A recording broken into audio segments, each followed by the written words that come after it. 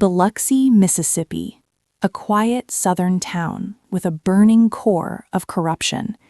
In 1987, its secret burst violently to the surface, leaving two prominent citizens dead.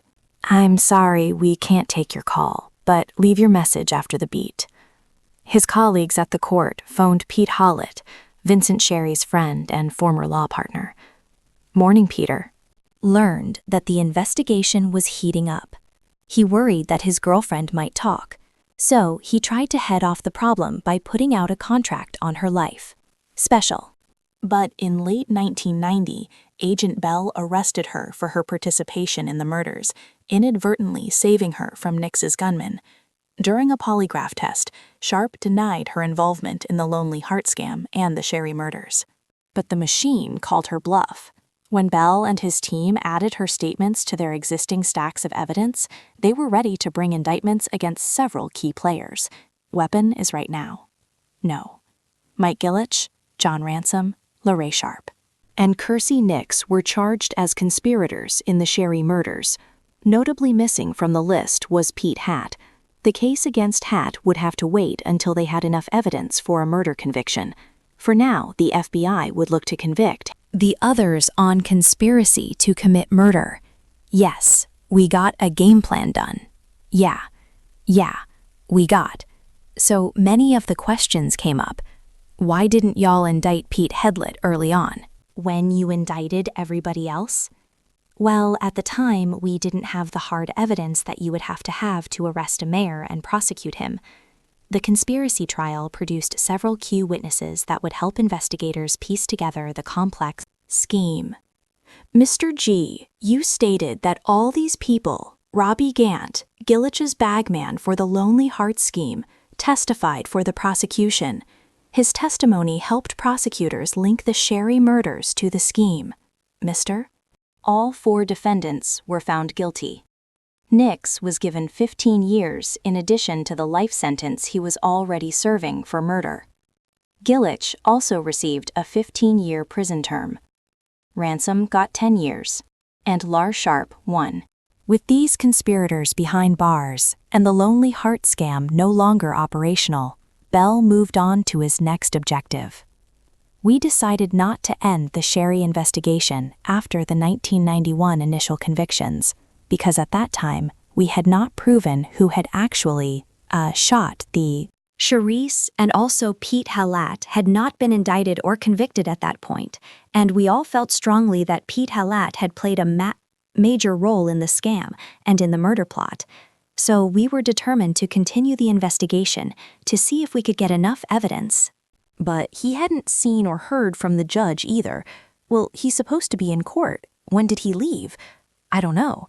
No, wait, you let me call him at home and I'll figure out where he is. All right. To indict and convict Mr. Halat and the actual shooter. In late July of 1992, Agent Bell got the break he was looking for. Following the conspiracy trial, Mike Gillich was desperate to find a way out of prison. He contacted one of his associates in Biloxi and asked him to approach Robbie Gant with an offer. Okay, well, whatever you say. Gant told Agent Bell about it, and the associate had offered Robbie Gant $20,000.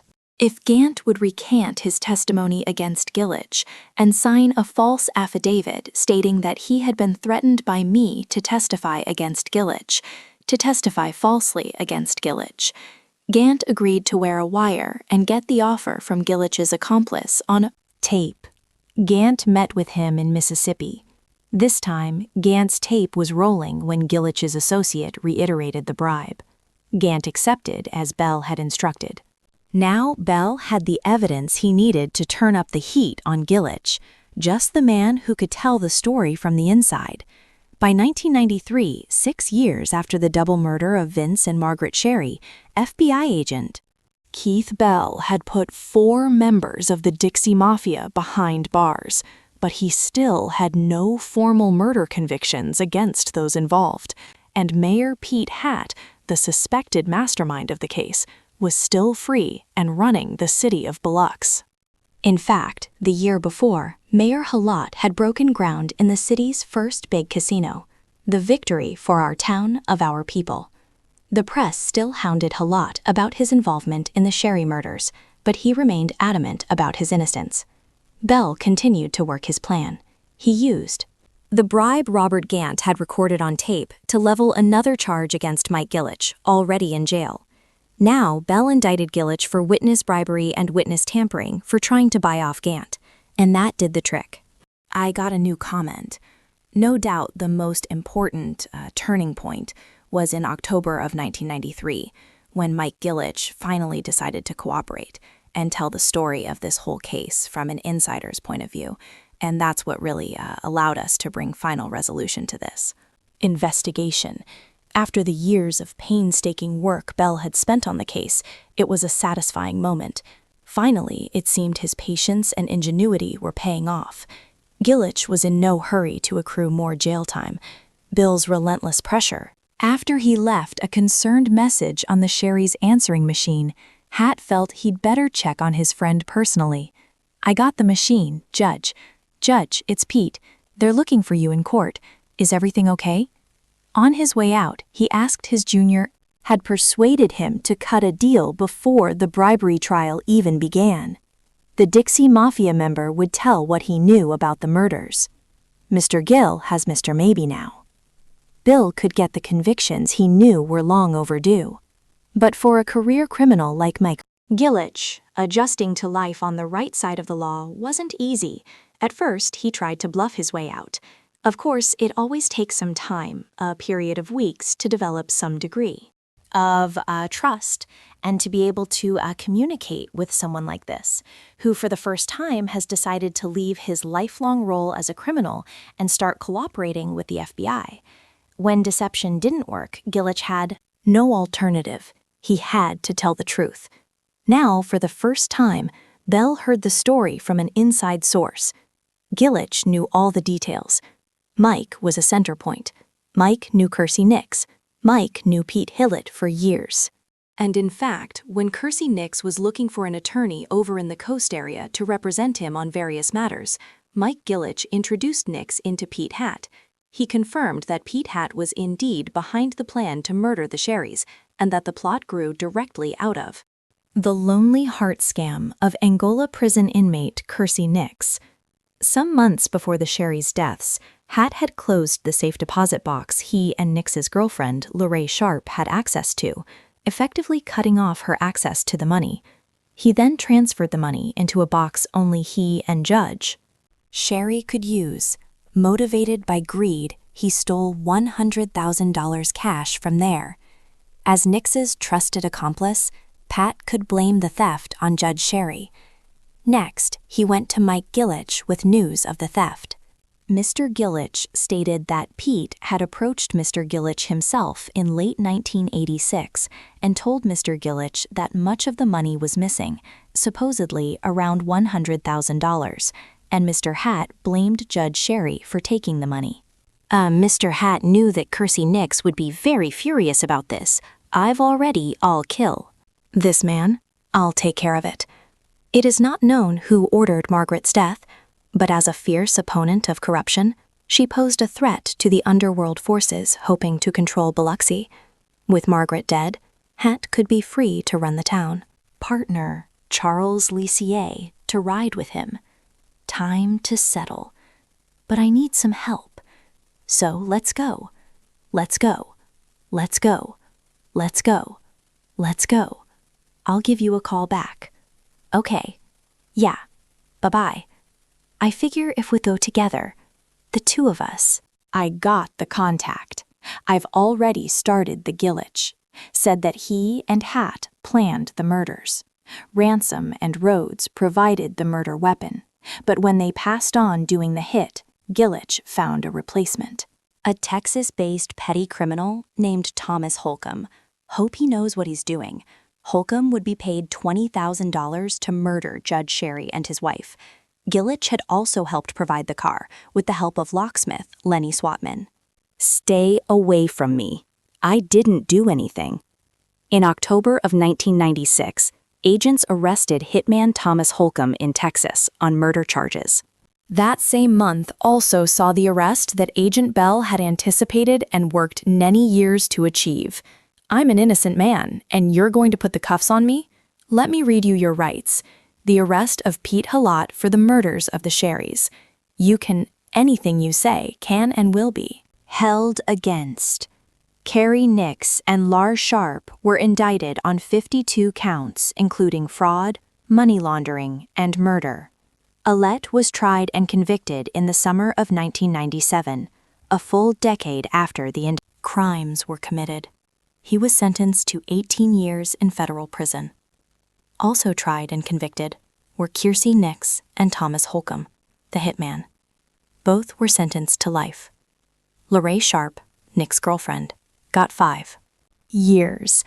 I think a lot of citizens in Biloxi now realize that there are a lot of dedicated, professional law enforcement people who will do everything they can to protect the community and work hard to solve major crimes.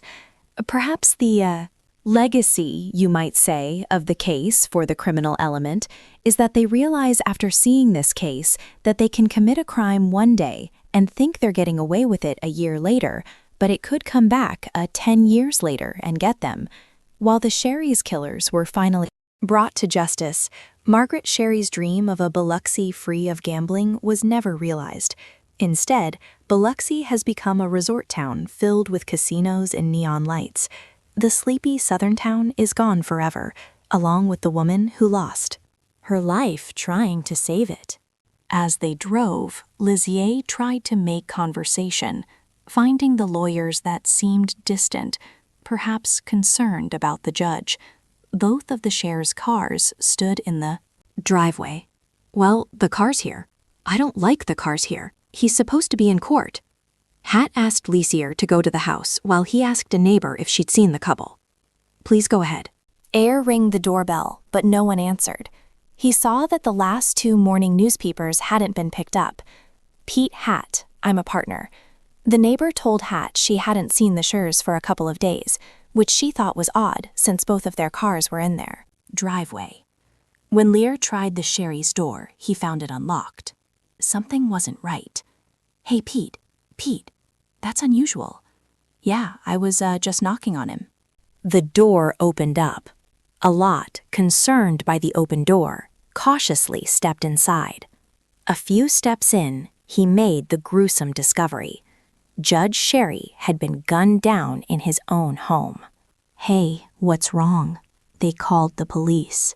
Authorities arrived to find the body of Vincent Sherry at the front of the house.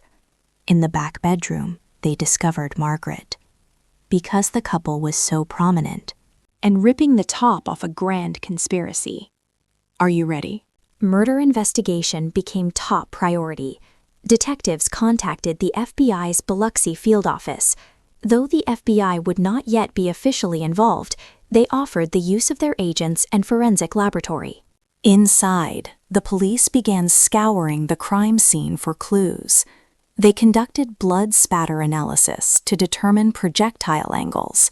If they could figure out where the murderer had stood when he fired the shots, they might be able to reconstruct the crime.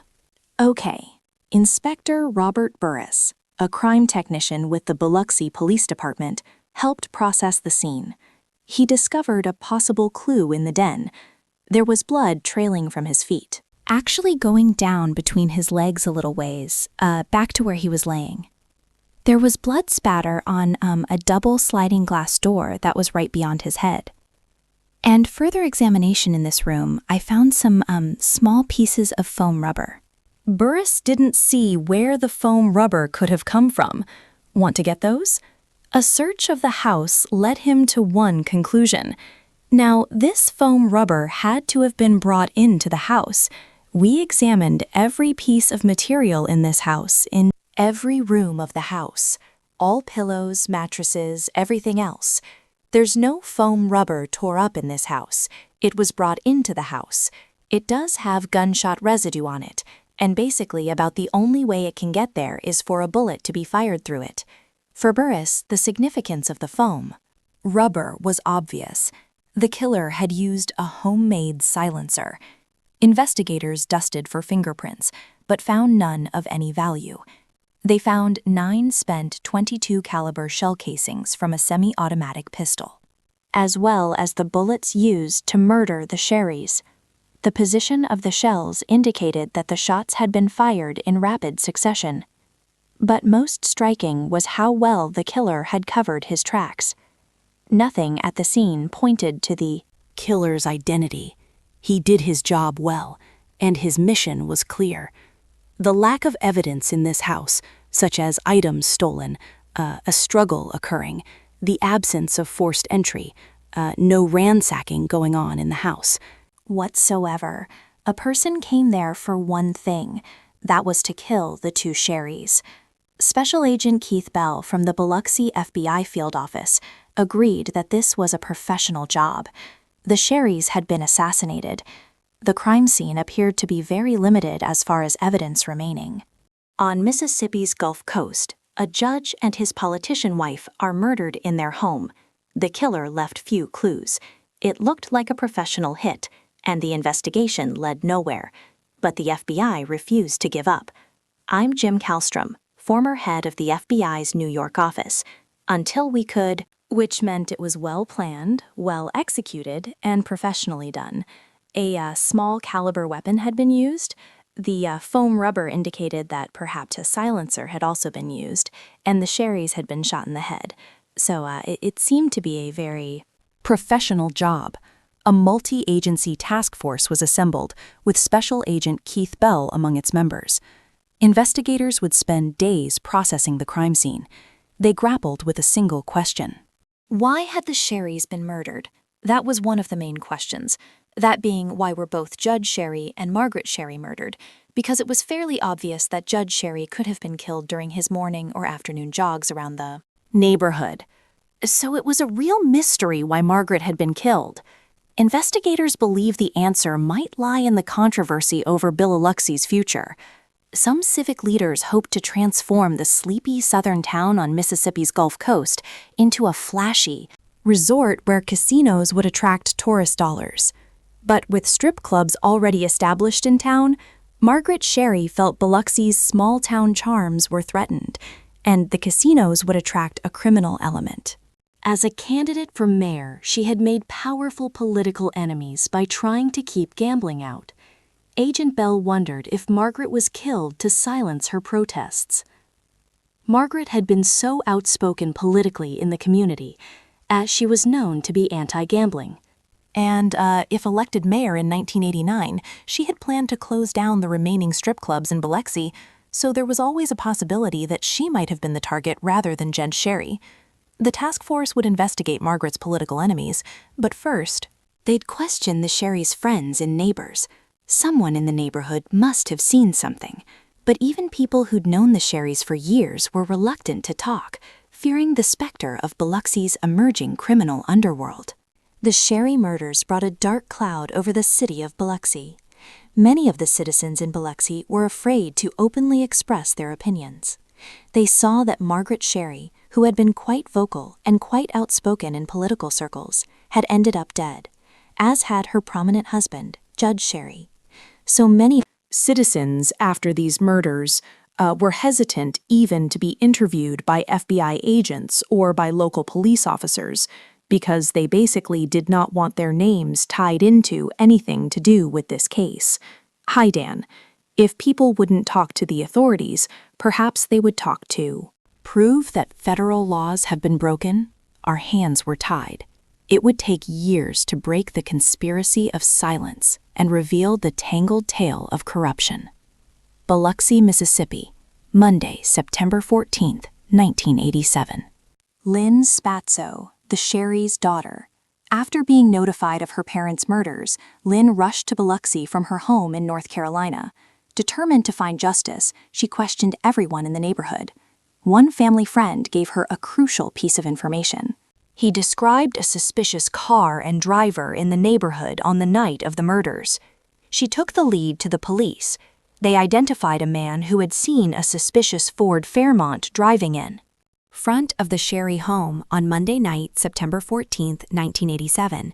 Investigators tried to determine the identity of the driver based on the witness's description. Their search came up empty.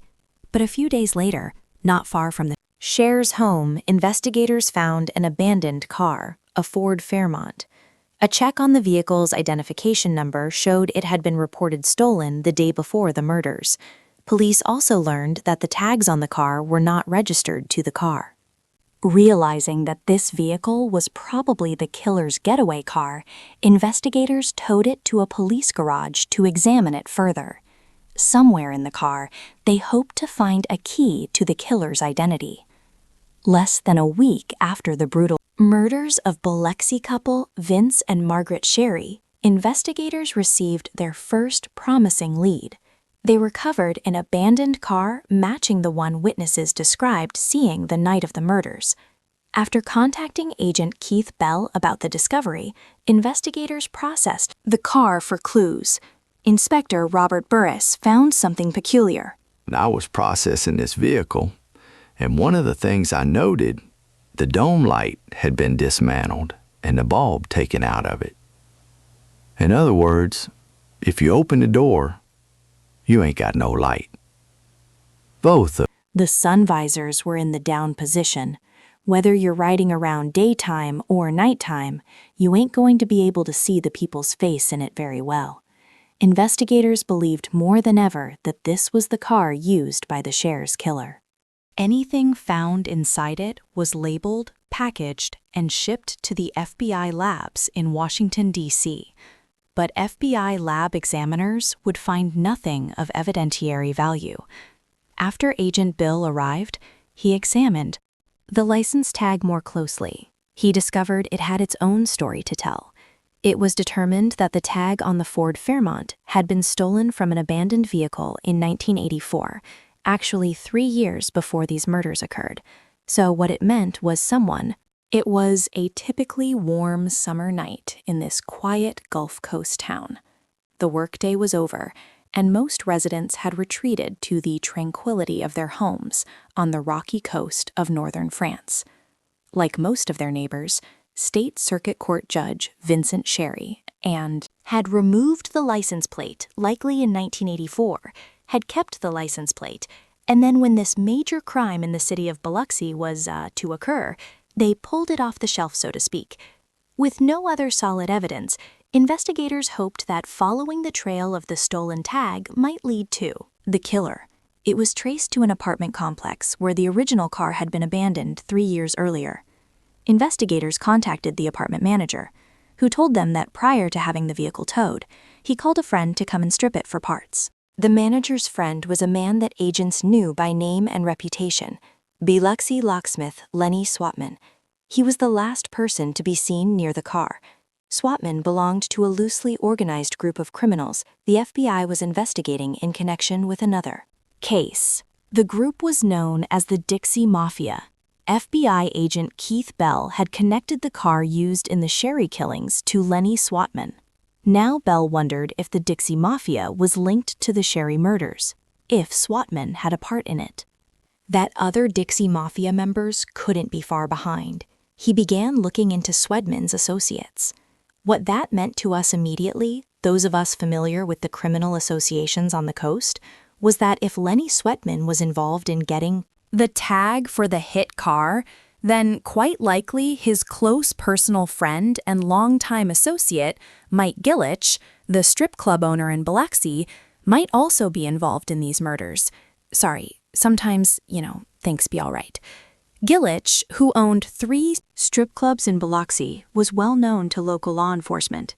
He was currently under investigation by the FBI in connection with a Dixie Mafia operation known as the Lonely Heart Scam. See to him. But Special Agent Bell needed a thread that connected the two investigations together. He started by familiarizing himself with a Lonely Heart Scam.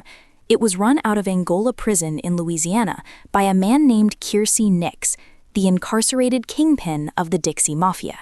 No, the first model.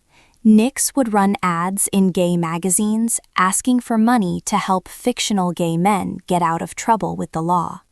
Through the scam, Nix was hoping to generate enough money to solve his own legal problems. He was serving a life sentence for murder.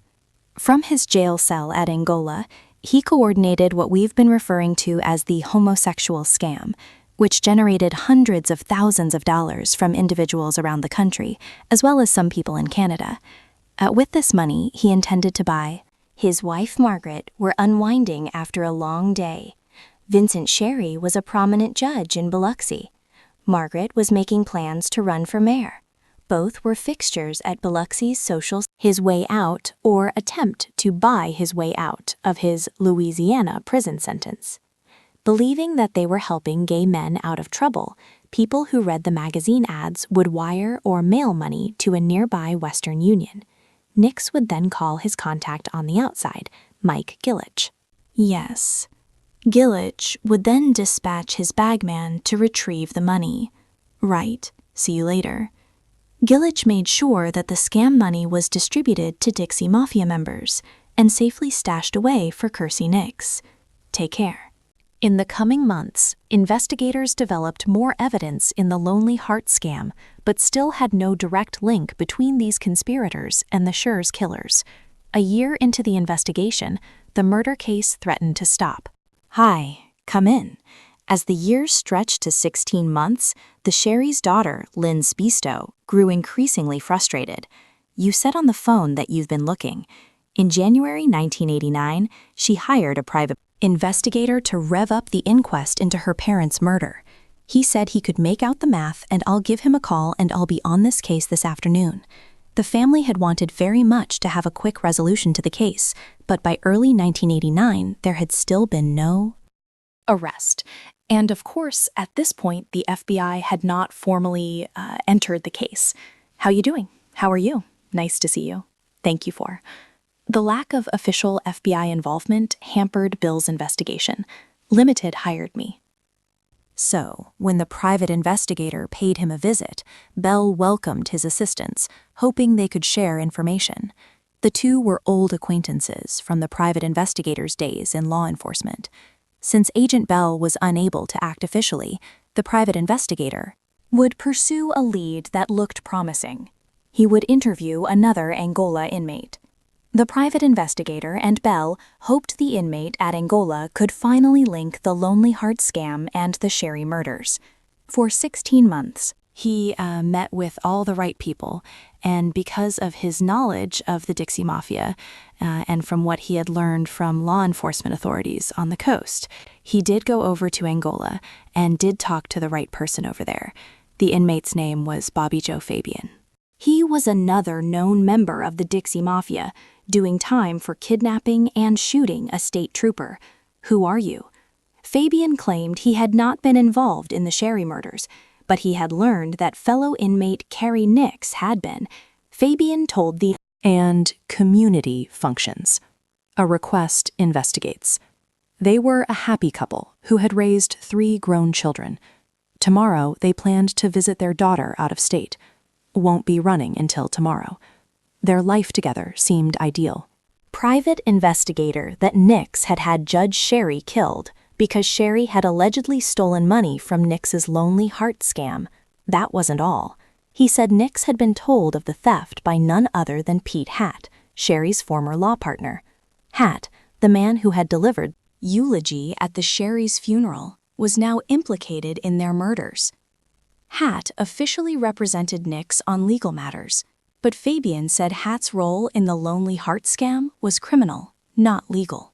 Hatt was one of the people receiving money from Nix for safekeeping through Mike Gillich's bagman. Don't forget to pick up next week. And the ties between the outlaw and the lawyer went deep. Kirksey Nix's girlfriend and accomplice, Lorraine Sharp, worked in Hatt's office. Where's he from? Fabian said both Lorraine Sharp and Pete Hatt were stashing money from the scam in a safe deposit box for Kersey Nix, and he said the amount had reached 6 figures. Thanks to Fabian, the link between the murders and the Lonely Heart scam had been made. And not only had Fabian given investigators a possible motive for the killings, he was also able to supply the name of the alleged hitman, an ex-con named John Ransom, who was believed to be living in Georgia. But tracking down Ransom would take time. Anytime law enforcement people get together and start talking about notorious Dixie Mafia members, John Ransom comes up quite early in the conversation. He's a longtime alleged hitman for the Dixie Mafia. In August of 1989, 2 years after the Sherry murders, Agent Bell now had enough evidence to warrant a full FBI investigation into the killings. Accompanied by the Sherry's daughter, Lynn Sposato, he approached the United States Attorney and the FBI with a demand to officially open the case. So, with the tying in of the scam to the murders, we knew we had some federal violations involved. We had wire fraud, we had mail fraud, and we perhaps had a hitman traveling from Georgia to Mississippi to kill the Sherrys. It was decided to open an official FBI investigation and join with local authorities in the investigation, my goal, my calling, and my joy. By now, however, suspect Pete Hatt, Judge Sherry's former law partner, had been elected mayor of Buxie. With a key suspect in such a high position, investigators encountered new roadblocks. It became very difficult for the FBI to share all of its information with the local authorities. We are not saying that the local police were corrupt. What we are saying is that Mayor Hatt put his... They were just settling in for the night when an unexpected visitor came to the door. What are you doing here with Ack? And brought their perfect world to an end. The Sherrys were supposed to be with own people in as director of public safety and as police chief. So we were somewhat circumspect on what we shared with local authorities during that time period.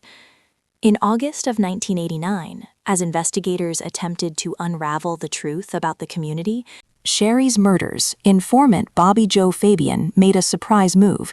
He told his story about the Sherry murders to the TV news. Fabian hoped that by bringing attention to himself, Kersey Nix would be less likely to have him killed for cooperating with authorities. I'm sorry, Mr. Nix. Along with the report, the station broadcast a mugshot of John Ransom, the alleged hitman in the Sherry case. When Charles Lassiere, Pete Lance Jr.'s partner, saw the photo, it surprised him. He recalled seeing Ransom outside the Sher Halat law offices a few weeks before the murders. Hello. Liar shared his information with the task force. I'm Chargier's statement. Leger said the reason he remembered Ransom was Ransom stepped off of a curb and came up to him and asked him, "Where's Vince Sherry's office at?" When Leger was interviewed, he recalled there was something unusual about the way Ransom stepped off of the curb. Yeah, Ransom had a prosthesis on one leg. Investigators learned that Ransom was now in a Georgia prison serving time for another murder. When questioned about the Sherry murders, he refused to cooperate. As Cook further questioned Lassiere about the day he and Hatt had found the bodies, an important detail emerged. Lassiere remembered that Halat had walked into the Sherry's living room, seen Judge Sherry's body, and said, "Vince and Margaret are dead." Cook relayed this to Agent Bell, and what was interesting was that Margaret's body was in the far back bedroom of the residence, and according to Chuck Lassiere, Pete Hatt did not have time other than to briefly enter the front of the house and would have no way of knowing that Margaret's body was also in the very back bedroom. In October of 1989, 2 years after the murders, Agent Bell knew Hatt was involved, but he still lacked enough evidence for an arrest. Even so, he felt it was time to confront Mayor Hatt. Mr. Black, it would be a quiet warning, man to man, and I let Mayor Hatt know that I thought his knowledge of the Sherry murders was much greater than what he had shared with law enforcement authorities up to that point. And I recall also telling him that the FBI would continue working on this case until it was totally their daughter, so no one realized anything was wrong, until 2 days later, when the judge failed to show up in court on Wednesday, September 16th. Calls to the Sherry's home went unanswered. Solved. My recollection is he smiled and did not have much else to say. As a lawyer, Haddad knew Bell would need more concrete evidence in order to secure a conviction. What he likely didn't realize was the depth of Bell's commitment to bring him to justice. 3 years had passed since Judge Vincent Sherry and his wife Margaret were murdered in their Biloxi, Mississippi home. FBI Special Agent Keith Bell had connected the killings to members of the Dixie Mafia and to Judge Sherry's friend and one-time law partner, Pete Hatt.